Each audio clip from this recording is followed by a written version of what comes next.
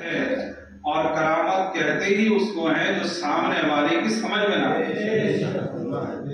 کرامت کسے کہتے ہیں؟ کرامت اس عمل کو، اس فعل کو کہتے ہیں ولی کے، کہ جو خرق عادت کے طور پر اس سے صادر ہوتا ہے، یعنی عادت کے خلاف ہوتا ہے، اور اس کی کوئی نقل نہیں کر سکتا، اس کی کوئی کاپی نہیں کر سکتا ہے، اس کی کوئی مثال پیش نہیں کر سکتا۔ خرق عادت اگر کوئی ایسا کام ہے جو کوئی نہ کر سکے، نبی سے اگر صادر ہو تو معجزہ کہلاتا ہے، اور ولی سے صادر ہو تو اسے کرامت کہتے ہیں۔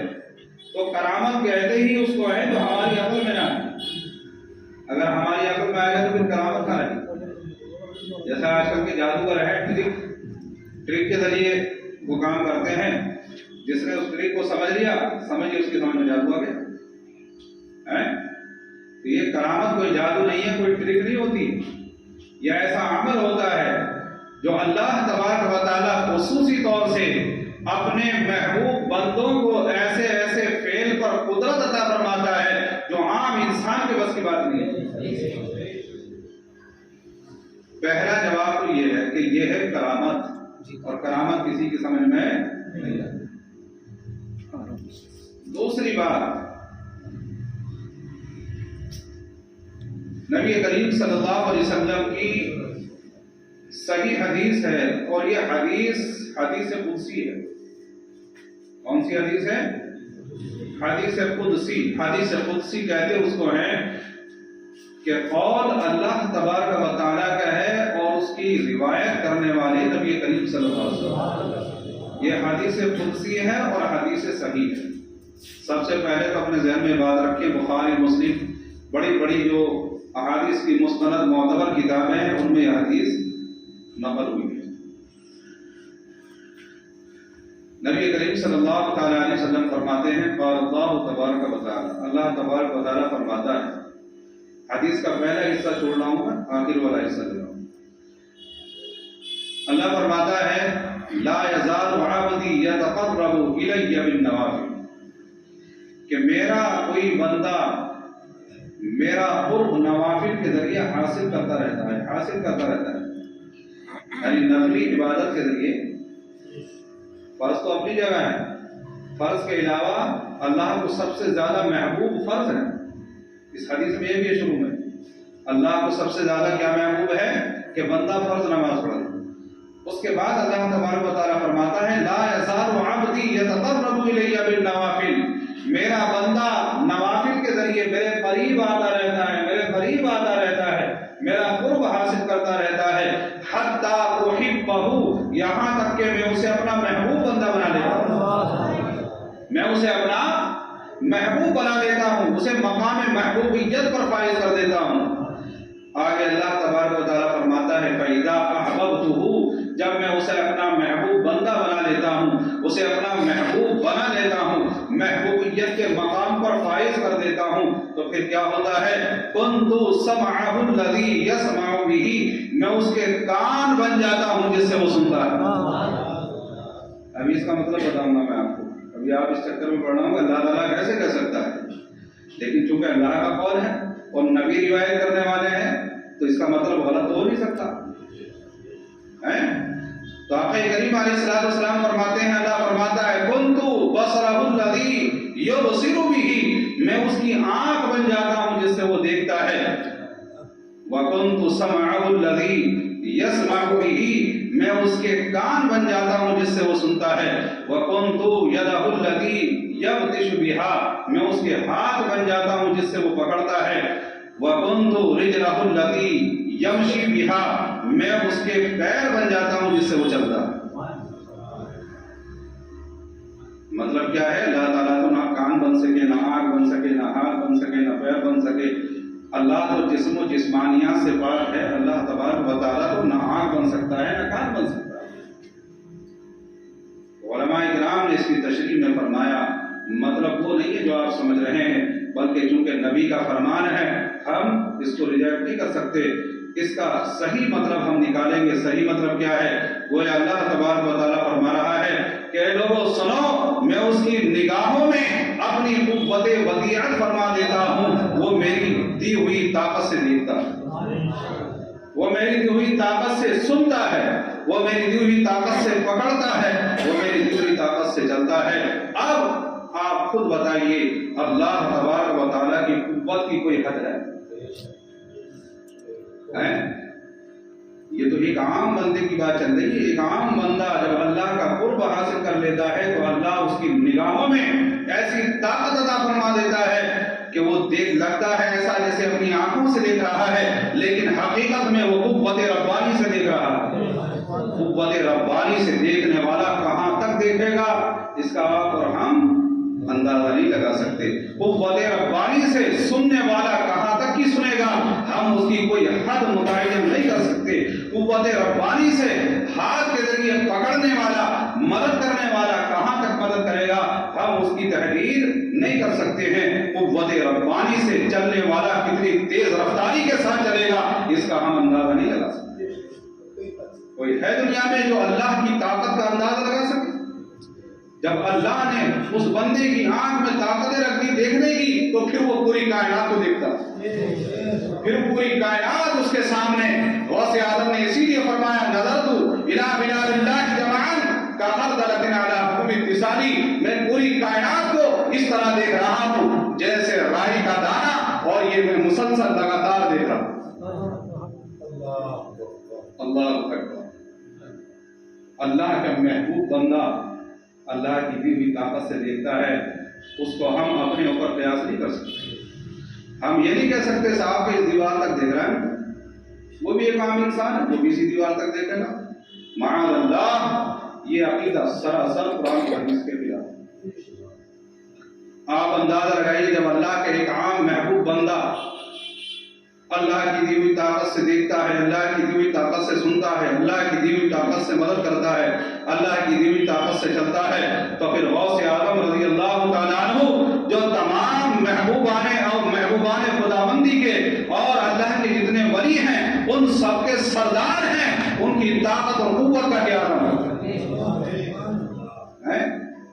اور جب غوث اعظم کی طاقت اور قوت کا کیا عالم ہے، اندازہ لگائیے جن کی غلامی میں غوث اعظم کو یہ طاقتیں ملی، یہ قوتیں ملی، اس سرکار دو عالم صلی اللہ تعالی علیہ وسلم کی طاقت کا کیا عالم ہوگا جب ان کے گلا بھر دیتے ہیں شاہان زمانہ کی تھوڑی محتاج کا جب یہ عالم ہے، مختار کا عالم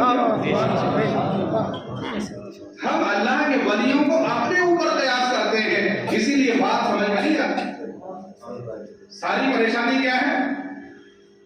جب کوئی گمراہ کرتا ہے، میں آپ کو ایک فارمولہ بتا رہا ہوں گمراہ کرنے کا فارمولہ کیا ہے، آپ اس فارمولے کا تھوڑا سمجھ لیں۔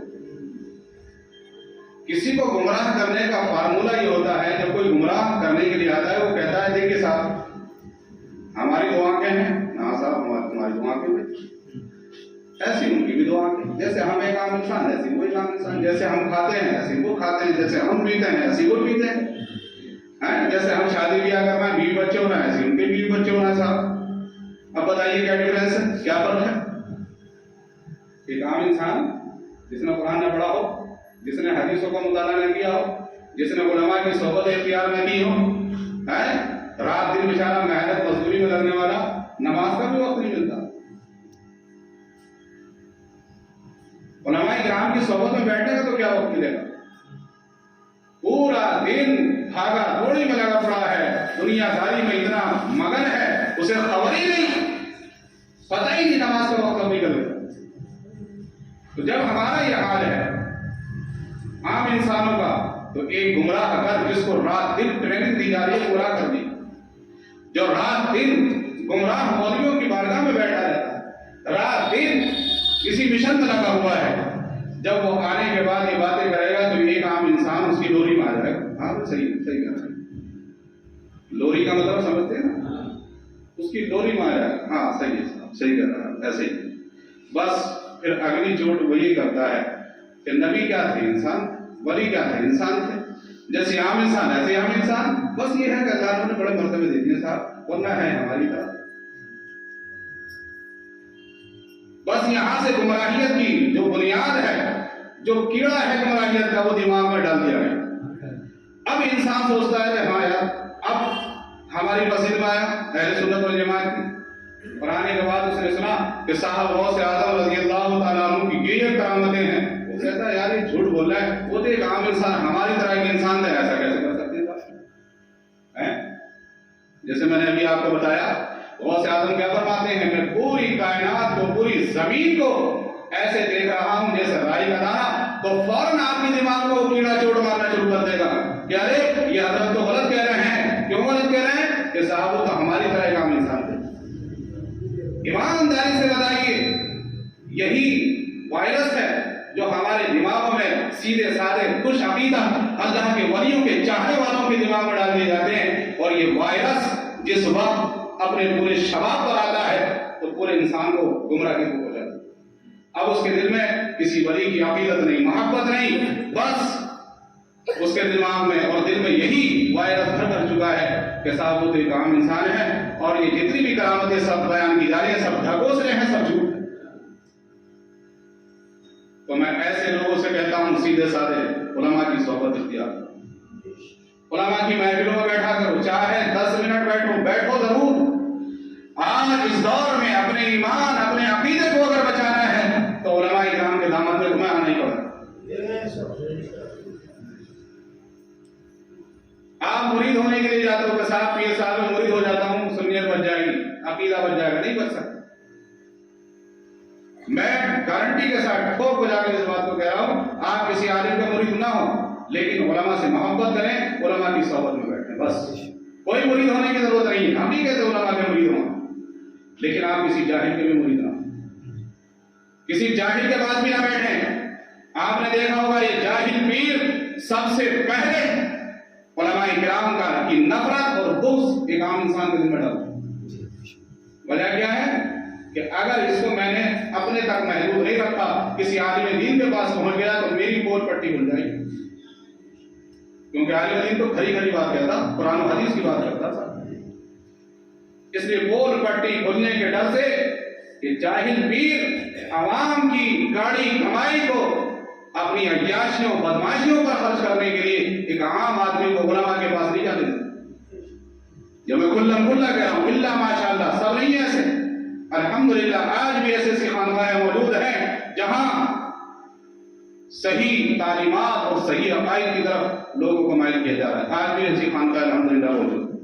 ہم ان کی بات نہیں کر رہے، ہم ان کی بات کر رہے ہیں جو علماء کی غیبتیں کرتے ہیں، علماء کی برائیاں کرتے ہیں، اور کہتے ہیں کہ صاحب ان پیروں میں اور علماء میں پہلے ہی سے جھگڑا چلا آ رہا ہے۔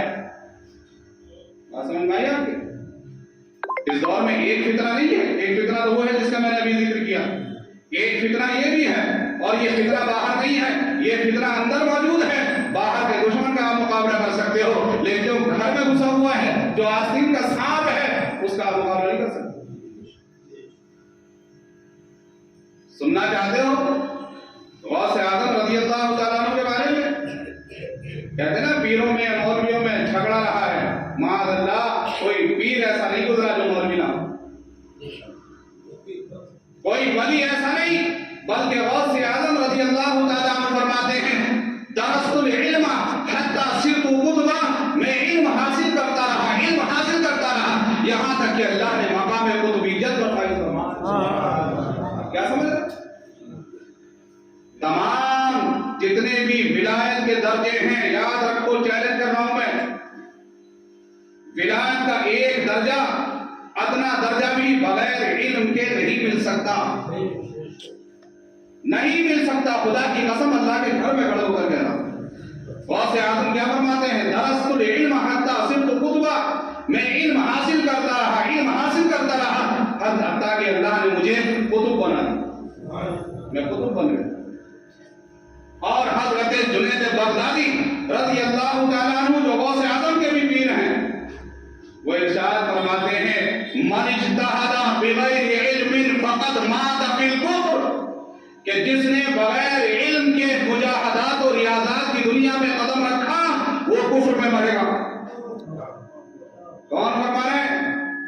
غوث اعظم کے پیر، جو سلسلے میں اوپر جا کے غوث اعظم کے پیر آتے ہیں، حضرت بغدادی جن کو سلطان سید الطائفہ کہا جاتا ہے، ولیوں کے سردار، وہ کیا فرما رہے ہیں؟ من اجتہد بغیر علم فقد مات فی الکفر، جو بغیر علم کے واسطے کے جو شخص مجاہدات و ریاضات یعنی ولی بننے کی کوشش کرے گا، فقد مات فی الکفر، وہ یقیناً کفر میں مرے گا۔ سمجھ رہے ہیں بات؟ اب ایمانداری سے بتائیے، پیروں میں علماء میں جھگڑا رہا؟ غوث اعظم رضی اللہ تعالیٰ عنہ کہ محفل پاک کیا تھی، سبحان اللہ، آپ گیلان سے بغداد تشریف لے گئے، علم حاصل کیا، بہترین مفتی، عالم، فقیہ، اپنے وقت کے بہترین محدث بن گئے۔ بغداد اور بغداد سے باہر غوث اعظم کا درس مشہور تھا، آپ کو یہاں سے بڑی دور سے سوال آیا کرتے تھے، اور آپ کو اللہ نے وہ علم عطا فرمایا تھا کہ بغیر کسی کتاب کو اٹھائیں آپ پورے حوالے نقل فرما دیا کرتے تھے، اور اس وقت کے کسی بڑے سے بڑے مفتی، بڑے عالم کی ہمت نہیں تھی کہ آپ کے فتوے میں ذرہ برابر بھی غلطی نکال سکے۔ اتنے بہترین مفتی تھے، کون؟ غوث اعظم رضی اللہ۔ آج غوث اعظم کا تعارف کیسے کرایا جاتا ہے کہ صاحب بہت بڑے پیر تھے؟ کبھی دیکھا آپ نے اس طرح تعارف کرا دو جس طرح میں کرا کہ صاحب بہت بڑے عالم بھی تھے، بہت بڑے مفتی بھی تھے؟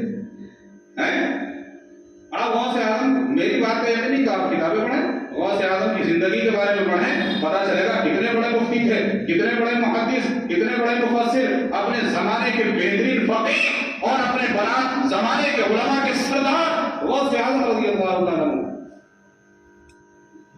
اتنے بڑے مولوی، اتنے بڑے عالم، اور کہاں علماء اور پیروں میں جھگڑا رہا۔ غوث اعظم جو سارے ولیوں کے سردار ہیں، وہ خود بہترین عالم ہے، حضور خواجہ غریب نواز بہترین عالم ہے، حضور صابر پاک بہترین عالم ہے، حضور خواجہ قطب الدین بختیار کاکی بہترین عالم ہے، حضور محبوب اولیاء اپنے وقت کے بہترین مفسر اور محدث ہیں، حضور مخدوم سمنا 14 سال کی عمر میں بہترین عالم دین بن گئے، مفتی بن گئے۔ حضور مخدوم سمنا پڑھیے ان کی زندگی کے بارے میں، اور وہاں سے آئیے گا اعلیٰ حضرت امام احمد رضا خان فاضل بریلوی، یہ بھی 14 سال کی عمر میں لگ بھگ اپنے وقت کے بہترین مفتی بن گئے۔ حضور مفتی اعظم ہند، حضور صدر الافاضل جو ہمارے شہر پر آباد کی شان ہے، آن ہے، بان ہے، اور تفسیر خزائن العرفان کے مفسر ہیں، آپ نے سمجھے 20 سال کی عمر میں اپنے زمانے کے ٹاپ کے عالم دین بنے۔ حضور صدر الافاضل، یہ جتنے بھی اللہ کے ولی ہیں سب کی زندگی کمال لو، خدا کی قسم کوئی بغیر علم کے آپ کو نہیں ملے گا، سب عالم تھے، بہترین عالم تھے، اپنے زمانے کے بہترین مفتی تھے۔ علامہ ابن جوزی رحمۃ اللہ تعالیٰ نے اپنے زمانے کے ٹاپ کے مفسرین ہیں، اور آج کے دور میں ان کے حوالے آپ کو جگہ جگہ تفسیروں میں ملے گا۔ علامہ ابن جوزی رحمۃ اللہ تعالیٰ، ان سے کسی نے کہا کہ صاحب غوث اعظم کی مجلس وعظ میں تشریف لے جائیں، کہا وہ تو واعظ ہے، وہ تو ایک واعظ ہے، وہ سب پورے اس وقت تک اتنا پتہ نہیں تھا کہ اتنے اپنے زمانے میں بہترین عالم بھی ایک واعظ ہے، وہ تو ایک مقرر ہے۔ اور یہ حقیقت اور سچائی میں آپ کو بتا دوں، جو اچھا عالم ہوگا وہ وعظ کی اور تقریروں کی محفلوں میں کم ہی آپ کو ملا بیٹھا ہوگا، کیونکہ اسے یہ تک کے باتیں پسند نہیں آتی جو آج کل میں مقرر کر رہے ہیں۔ ہاں اگر پتہ چل جائے کہ بہترین عالم آ رہا ہے بیان کرنے کے لیے تو بڑے علماء پہنچ جاتے ہیں، اور اگر پتہ چلے کہ صاحب وہ ایک عام مقرر ہے جس کو لوگوں نے اپنے سروں پہ بٹھا رکھا ہے اور سوشل میڈیا کے ذریعے، یوٹیوب کے ذریعے مشہور ہو گیا ہے، واقعات گردانی کرتا ہے، تو کوئی عالم اس کی تقریر پسند نہیں کرتا، عام آدمی کرتے رہے، ان کی اپنی مرضی ہے۔ یہی معاملہ علامہ ابن جوزی کا دونوں سمجھا کہ ایسی واعظ ہوں گے، کوئی مقرر ہوں گے۔ اس نے کہا کہ صاحب چلیے، جب زیادہ سر ہوئے تو وہ چلے گئے، چلتے ہیں صاحب سن لیتے ہیں آج کیسا بیان ہے۔ علامہ ابن جوزی رحمۃ اللہ تعالیٰ نے غوث اعظم نے اپنے پاس بٹھایا، اور آپ کا بیان کرنے کا طریقہ یہ تھا کہ پہلے ایک قاری بہترین آواز میں قرآن کے اتنے حصے کی تلاوت کرتا جس کی آپ تفسیر فرمائیں۔ آپ کرامتیں نہیں سناتے تھے پچھلے زمانے کے علماء کی، پچھلے زمانے کے اولیاء کی، بلکہ آپ قرآن کی تفسیر فرمایا کرتے۔ غوث اعظم قاری نے اپنی آواز میں بہترین قرات کی، مجمع جھوم گیا۔ غوث اعظم کھڑے ہوئے اور کھڑے ہونے کے بعد جتنا حصہ تلاوت کیا گیا تھا اس کا ترجمہ کیا اور اس کی تفسیر بیان کی۔ غوث اعظم رضی اللہ تعالیٰ عنہ نے ایک طریقے سے تفسیر بیان کی اور علامہ ابن جوزی سے پوچھا کہ یہ تفسیر آپ کو یاد ہے؟ علامہ ابن جوزی بولے کہ ہاں مجھے پتا ہے کہ اس کا یہ ترجمہ یہ تفسیر ہے۔ غوث اعظم نے دوسری تفسیر کی، تیسری تفسیر کی، چوتھی تفسیر کی، پانچویں تفسیر کی، چھٹویں تفسیر، ساتویں تفسیر، آٹھویں تفسیر، نویں تفسیر، 10ویں تفسیر، 11ویں تفسیر۔ علامہ ابن جوزی سے برابر پوچھتے رہے آپ کو معلوم ہے قرآن کریم کا کس تفسیر کا؟ وہ کہتے رہے ہاں مجھے معلوم ہے، ہاں مجھے معلوم ہے۔ جب 11 مرتبہ آپ نے 11 انداز میں تفسیر بیان کر دی، جب 12ویں انداز میں نے پوچھا کہ آپ کو معلوم ہے اس تفسیر کا؟ انہوں نے کہا کہ مجھے معلوم۔ حتیٰ کہ اس مجلس میں آپ نے قرآن کے اس حصے کی 40 انداز میں تفسیر بیان کی اور ہر مرتبہ علامہ ابن جوزی کہتے رہے مجھے نہیں معلوم، مجھے نہیں معلوم، مجھے نہیں معلوم۔ حضرت غوث اعظم نے قرآن کریم کے اس حصے کی 40 انداز میں تفسیر بیان کی۔ انداز لگائیے غوث اعظم کے مفسر ہونے کا، غوث اعظم کے علم کا کیا عالم کہ اپنے وقت کا بہترین مفسر جسے مفسرین نے اپنا سردار مانا ہے وہ کہہ رہا ہے مجھے نہیں معلوم، لا عالم لا عالم لا عالم، میں نہیں جانتا۔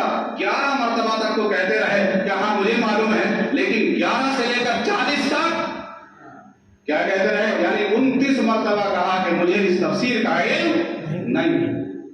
انداز لگائی غوث اعظم کے مفسر ہو۔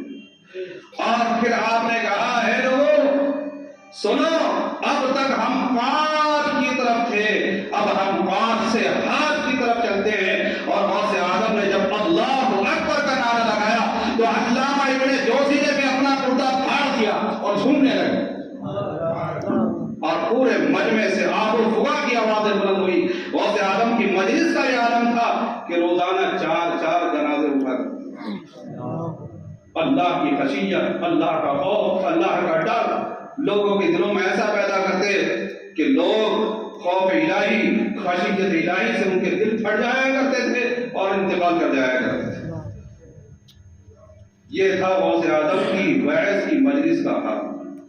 اور آج کل کے پیروں کی مجلس کو دیکھیں آپ، کوئی ڈرا تھا؟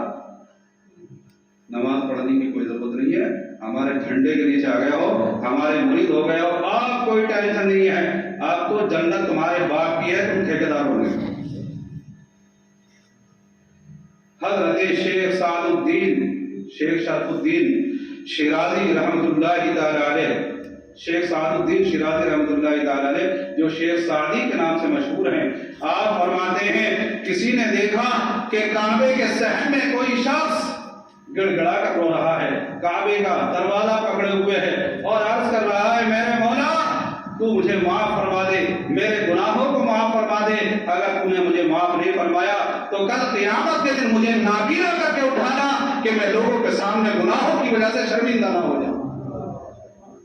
شیخ سعدی رحمۃ اللہ تعالی علیہ فرماتے ہیں اس حکایت کے آخر میں لوگوں جانتے ہو وہ شخص کون تھا؟ وہ شخص کوئی اور نہیں، غوث اعظم شیخ عبد القادر جیلانی۔ آج ان کے نام پر روٹیاں سینکنے والے کیا کہہ رہے ہیں؟ ڈرنے کی کوئی ضرورت نہیں ہے، معاذ اللہ، اللہ کا خوف لوگوں کے دلوں سے بالکل نکال دیا۔ یہی وجہ ہے کہ نہ حلال کی تمیز ہے نہ حرام کی تمیز ہے، ڈرائیں گے۔ اللہ تبارک و تعالی غفور الرحیم ہے، لیکن اللہ غفار و جبار ہے۔ اس کی بہت صفتیں ہیں، ان میں سے ایک صفت صرف صفت رحمانیت نہیں ہے، صفت قہاریت و جباریت بھی ہے۔ اللہ نے قرآن میں فرمایا ان بطش ربک لشدید، اے لوگوں سن لو تیرے رب کی پکڑ بڑی سخت ہے، بڑی جب وہ پکڑ کرنے پر آ جاتا ہے تو نمرود فرعون حامان کے کیا حال کیے سب کو معلوم ہے۔ اب جب چھوٹ دینے پر آتا ہے تو چھوٹ دیتا رہتا ہے جیسے ہمیں چھوٹ ملی ہوئی، لیکن یاد رکھیں اللہ تبارک و تعالیٰ جب کسی کی رسی کو کھینچتا ہے تو پھر اسے موقع اور کرنے کا بھی موقع نہیں ملتا ہے۔ تو یہ ہے غوث اعظم کی شخصیت۔ اتنے بڑے عالم دین، آج ہمیں کچھ لوگ غوث اعظم کے نام پر سمجھے، تو میں یہی شروع میں عرض کر رہا تھا کہ دشمن صرف سامنے کا نہیں ہے، اندر کا۔ اللہ کے ولیوں کی زندگی کے صحیح بیانات سنیں۔ غوث اعظم رضی اللہ تعالیٰ عنہ کے تعلق سے اعلیٰ حضرت کا شعر مشہور ہے، غوث اعظم امام التقا والنقا، جلوائے شان قدرت پہ لاکھوں سلام۔ امام التقا وقت سمجھے متقیوں کے امام، امام النقا سمجھے جو گناہوں سے پاک ہیں، جنہوں نے گناہوں سے اپنا تزکیہ کر لیا ہے، ان کے امام ہیں کون؟ غوث اعظم رضی اللہ عنہ۔ متقیوں کے امام ہیں، نبیوں کے امام ہیں، اللہ کی قدرت کی جو شان ہے اس کا جلوہ ہے۔ اعلیٰ حضرت فرماتے ہیں جلوائے شان قدرت کے لاکھوں سلام۔ اور یاد رکھیں قرآن کا فیصلہ، جو میں نے آیت کا حصہ شروع میں پڑھا تھا، اللہ فرماتا ہے ان اولیاءہ الا المتقون۔ سب سے پہلے تو میں آپ سے پوچھ لوں، کیا اللہ تبارک و تعالیٰ جھوٹ بول سکتا ہے؟ کیا اللہ کے فرمان میں کوئی شک ہے؟ جو اللہ کے فرمان میں شک کرے مسلمان ہی نہیں۔ اللہ کیا فرماتا ہے؟ ان اولیاءہ الا المتقون، اس کے ولی تو صرف اور صرف متقی ہی ہو سکتے ہیں۔ اللہ فرماتا ہے کہ اللہ کے جو ولی ہیں وہ کون ہیں؟ صرف اور صرف متقی، متقی کے علاوہ اللہ کا کوئی ولی نہیں ہو سکتا۔ متقی کسے کہتے ہیں؟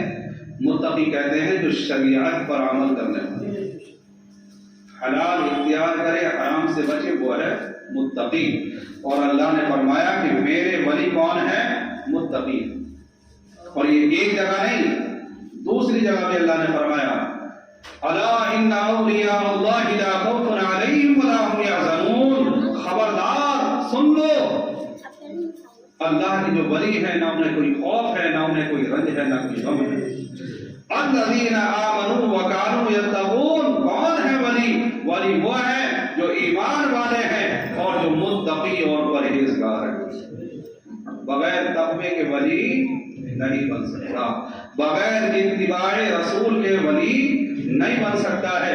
قرآن کریم میں اللہ نے صاف فرما دیا، قل اے محبوب آپ کہہ دو ان کنتم تحبون اللہ، اگر تم اللہ سے محبت کرتے ہو، اللہ کی بارگاہ میں محبت کا مقام حاصل کرنا چاہتے ہو، فاتبعونی، تو میری اتباع کرو۔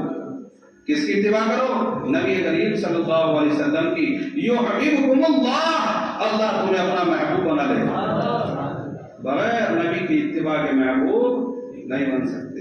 ایک طرف نمازیں کھا رہے ہیں، روزے ہضم کر رہے ہیں، نہ زکوٰۃ دینے کا موڈ ہے، نہ حج بھی کرتے ہیں تو فیشن کے طور پر کرتے ہیں، اپنے مریدوں کو دکھانے کے لیے کہ صاحب پیر صاحب حج کرنے کے لیے جا رہے ہیں، اور اس حج کے نام پر خوب چندے کیے جاتے ہیں، خوب بھیڑ سمیٹے جاتے ہیں، خوب نذرانے سمیٹے جاتے ہیں، سمجھے؟ مرید بیچارہ لفافے دے دے کر آ رہا ہے، حضرت میرے لیے دعا کر دینا، یہ نہیں پتا کہ اس کا مقصد ہی صرف شو بازی اور پیسے اکٹھے کرنا ہے، تو اس کا حج اللہ کی بارگاہ میں کیا قبول ہوگا؟ سمجھے؟ یہ حالات ہیں آج کل کے پیروں کے، تو بتائیے ان کی اتباع میں، ان کے ہاتھ میں ہاتھ دینے میں، ان کے دامن سے جڑنے میں فائدہ کیا ہے؟ یہ تو خود ہی اس لائق ہیں کہ سب سے پہلے خود تو شریعت پر عمل کرنے، نہ نماز پڑھتے، نہ روزہ رکھتے، نہ حج کرتے، نہ زکوٰۃ دیتے، حج بھی کرتے ہیں تو نفسانیت کے لیے، شوبازی کے لیے، شریعت پر دور دور تک عمل نہیں، نہ حلال کی تمیز، نہ حرام کی تمیز، اور ہوگی بھی کیسے جب علم ہی نہیں، علم ہی سے کورے، تقویٰ پرہیزگاری کہیں سے کہیں تک ہے نہیں تو ولی کیسے ہو سکتے؟ قرآن کا صاف فیصلہ ہے ان اولیاء الا المتقون، متقی ہی ولی ہیں، متقی کے علاوہ ولی نہیں بن سکتے۔ غوث اعظم رضی اللہ تعالیٰ عنہ کی اس مجلس سے یہ میسج اور پیغام لے کر جائیے، علماء سے جڑیے، علماء کی صحبت اختیار کیجیے، جو اچھے علماء ہیں، باعمل علماء ہیں، ان کے دامن سے جڑیے، اور انشاءاللہ عز و جل آپ کا عمل بھی درست ہوگا اور آپ کا عقیدہ بھی درست ہوگا۔ اگر درست عقیدہ ہے، عمل درست ہے، تو انشاءاللہ عز و جل آپ کے عقیدے کی بھی حفاظت ہوگی، آپ کے ایمان کی بھی حفاظت ہوگی۔ اللہ مجھے اور آپ کا عمل کی توفیق عطا فرمائے۔ السلام علیکم ورحمۃ اللہ وبرکاتہ۔